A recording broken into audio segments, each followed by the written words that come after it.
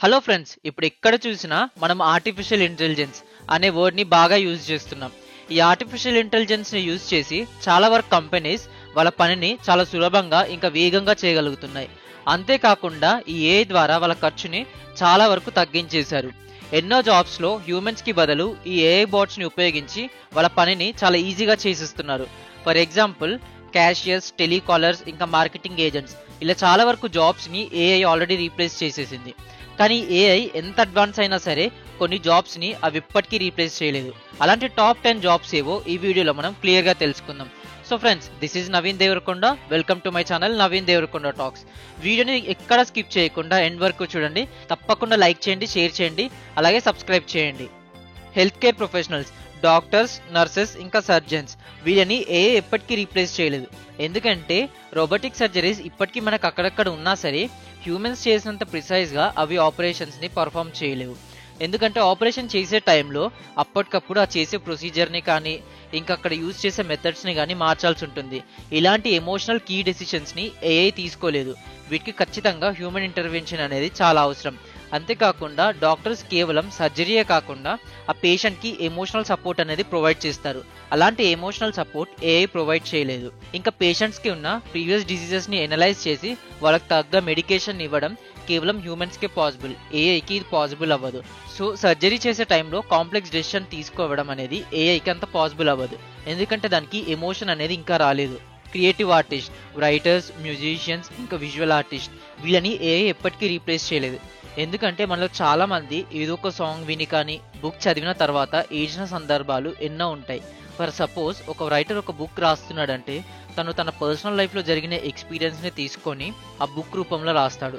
అది చదివి ఎంతోమంది రీడర్స్ ఏడ్చిన సందర్భాలు చాలా ఉన్నాయి. ఇలాంటి ఎమోషనల్ బాండ్ అనేది కేవలం హ్యూమన్సే క్రియేట్ చేయగలుగుతారు. ఆ రైటర్కి ఇంకా రీడర్కి మధ్య ఆ పర్సనల్ కనెక్ట్ అనేది ఏర్పడడం కేవలం హ్యూమన్స్కే పాసిబుల్. అదేవిధంగా ఒక విజువల్ ఆర్టిస్ట్ ఏదైనా పెయింటింగ్ వేస్తున్నాడంటే ఆ పెయింటింగ్కి ప్రాణం తీసుకొని రాగలడు. ఎందుకంటే ఆ పెయింటింగ్లో తన చుట్టుపక్కల జరిగే సోషల్ కాంటెక్స్ట్, ఆ వాల్యూస్ని తీసుకొని ఆ బొమ్మకు సైతం ప్రాణం పోయగలుగుతాడు. ఇలాంటి లక్షణాలన్నీ ఏఐ ఎప్పటికీ చేయలేదు. సో వీళ్ళని ఏఐ ఎప్పటికీ రీప్లేస్ చేయలేదు. టీచర్స్ అనే వాళ్ళు కేవలం పాఠాలే కాకుండా స్టూడెంట్స్కి జీవిత విలువల్ని కూడా నేర్పుతారు. చాలా వరకు స్టూడెంట్స్ వాళ్ళ లైఫ్లో ఎన్నో ప్రాబ్లమ్స్ని ఫేస్ చేస్తుంటారు. అయితే ప్రతి ఒక్క స్టూడెంట్ యూనిక్. వాళ్ళకి కొన్ని స్ట్రెంగ్త్స్ ఉంటాయి, కొన్ని వీక్నెస్ ఉంటాయి. అవన్నీ అనలైజ్ చేసి వాళ్ళకి లైఫ్లో moral and emotional support teacher provide చేయగలుగుతాడు. కానీ ఏఐ అది ఎప్పటికీ చేయలేదు. ఎందుకంటే ఎమోషన్స్ని క్యారీ చేయడం ఏఐ వల్ల సాధ్యం కాదు, కేవలం హ్యూమన్స్కే అది పాసిబుల్. సో ఏఐ ఎంత అడ్వాన్స్ అయినా సరే టీచర్స్ని ఎప్పటికీ రీప్లేస్ చేయలేదు. టెంపుల్ ప్రీస్ట్ అంటే గుడిలో పూజారి ఇంకా పంతులని ఏఐ ఎప్పటికీ రీప్లేస్ చేయలేదు. సకల వేదాలను చదివి బ్రాహ్మణోత్తములు యజ్ఞాలు, యాగాలు జరిపించగలరు. కానీ ఏఐ అది ఎప్పటికీ చేయలేదు. సత్యనారాయణ వ్రతాలు, ఇంకా గృహప్రవేశాలు, బారసాలు, ఉపనయనం, ఇలాంటి ఎన్నో కార్యాలని బ్రాహ్మణులు చాలా ఈజీగా చేస్తారు. కానీ ఏఐ అది ఎప్పటికీ చేయలేదు. ఫ్యూచర్లో ఏఐ ఒకవేళ ఈ వేదాలన్నింటిని నేర్చుకున్నా మనకు ప్రజెంట్ ఉన్న గుడి పూజారులాగా వాళ్ళు ఎప్పటికీ జరిపించలేరు. సో ఏఐ ఎంత అడ్వాన్స్ అయినా సరే పూజారులని ఎప్పటికీ రీప్లేస్ చేయలేదు. పొలిటీషియన్స్ అనేవాళ్ళు ప్రతి ఒక్క దేశానికి ఉంటారు. ఏఐ అనేది మొత్తం ఆల్ ఓవర్ 193 కంట్రీస్లో ఉంది.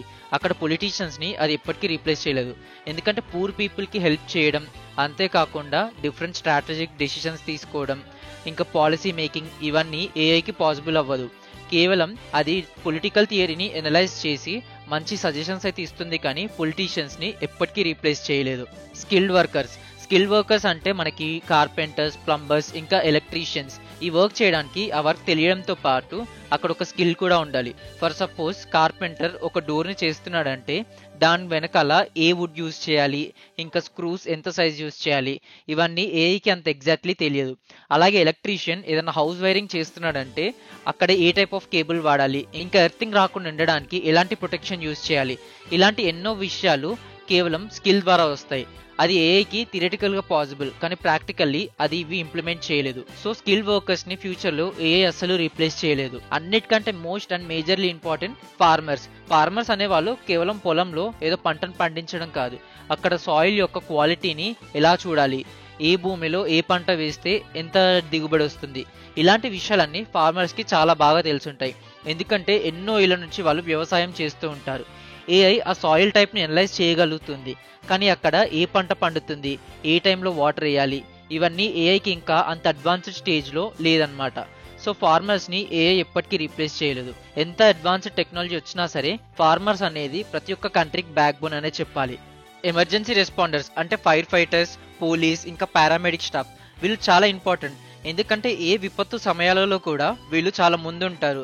For example tsunami, earthquakes, ఇంకెక్కడైనా ఫైర్ యాక్సిడెంట్ అయినప్పుడు ముందుగా రెస్పాండ్ అయ్యేది వీళ్ళే. అంతేకాకుండా వీళ్ళ జాబ్ అనేది చాలా ఫిజికల్ ఇంకా మెంటల్ స్ట్రెస్తో కూడుకుంటుంది. అందుకే వీళ్ళు ఏ పని చేసినా సరే చాలా ఆలోచించి చేయాలి. ఫర్ ఎగ్జాంపుల్ ఎక్కడైనా ఫైర్ యాక్సిడెంట్ అయితే అక్కడ అందరినీ ఎవాక్యుయేట్ చేసిన తర్వాతే అక్కడ ఫైర్ అనేది ఆర్పేయాలి. కానీ ఏఐకి ఇలాంటి ఎమోషనల్ ఫీలింగ్స్ అనేవి ఉండవు. అందుకే ఈ జాబ్స్ ని ఏఐ ఎప్పటికీ రీప్లేస్ చేయలేదు. జడ్జెస్, లాయర్స్, ఇంకా లీగల్ ప్రొఫెషనల్స్ వీళ్ళని ఏఐ ఎప్పటికీ రీప్లేస్ చేయలేదు. ఒక విక్టిమ్ కి న్యాయం చేయాల్సిన సమయంలో జడ్జ్ అన్ని కోణాల్లో ఆలోచిస్తాడు. సోషల్ జస్టిస్, ఎమోషనల్ జస్టిస్, ఇలా పలు రకాల యాంగిల్స్ లో ఆలోచించిన తర్వాతే అక్కడ జడ్జ్ నిర్ణయం ప్రకటిస్తాడు. కానీ ఏఐ ఇలాంటి ఎమోషనల్ డెసిషన్స్, అంతేకాకుండా లాయర్స్ మనుషుల భావోద్వేగాలు, ఎమోషన్స్ వీటన్నిటిని కన్సిడర్ చేసిన తర్వాతే న్యాయాన్ని ఇస్తారు. ఏఐ లాయర్స్ కి హెల్ప్ చేయగలదు, కానీ వాళ్ళని కంప్లీట్లీ రీప్లేస్ చేయలేదు. స్పోర్ట్స్ పర్సన్స్ అంటే badminton, cricket, running, swimming, hockey ఇలా ఎన్నో రకాల స్పోర్ట్స్ ఉన్నాయి. ఎవ్రీ ఇయర్ ఒలింపిక్స్ లో ప్రతి ఒక్క దేశం వాళ్ళ దేశానికి మెడల్స్ రావాలని ఎంతో పోటీ పడుతూ ఉంటారు. దాని వెనక ఎంతో శ్రమ దాగుంది. ఎంతో మంది కోచెస్ ఇంకా ప్లేయర్స్ రాత్రింబవళ్ళు కష్టపడితే ఆ దేశానికి గోల్డ్, సిల్వర్ అలాంటి ఏదో ఒక మెడల్ వస్తుంది.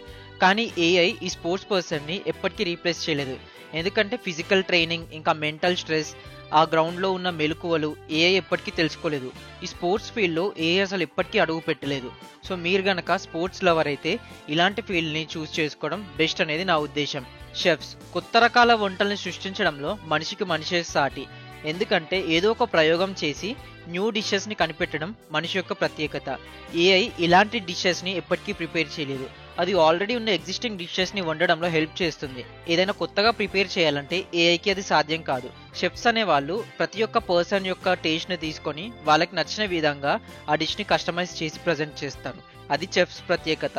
కానీ ఏఐ అలాంటి వంటకాలని ప్రిపేర్ చేయలేదు. ఇప్పటికే ఏఐ మన జీవితాల్లో అడుగు పెట్టేసింది.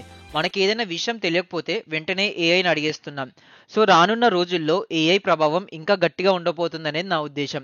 మీ ఉద్దేశంలో రానున్న రోజుల్లో ఏఐ ఎలాంటి జాబ్స్ ని రీప్లేస్ చేస్తుందో కింద కమెంట్ సెక్షన్ లో తప్పకుండా తెలియజేయండి. ఇది ఫ్రెండ్స్ ఇవాల్టి వీడియో. మరొక అద్భుతమైన వీడియోతో మీ ముందుంటాను. అప్పటి వరకు మన ఛానల్ని సబ్స్క్రైబ్ చేయండి, అలాగే లైక్ చేయండి, ఈ వీడియోని తప్పకుండా షేర్ చేయండి. Thank you.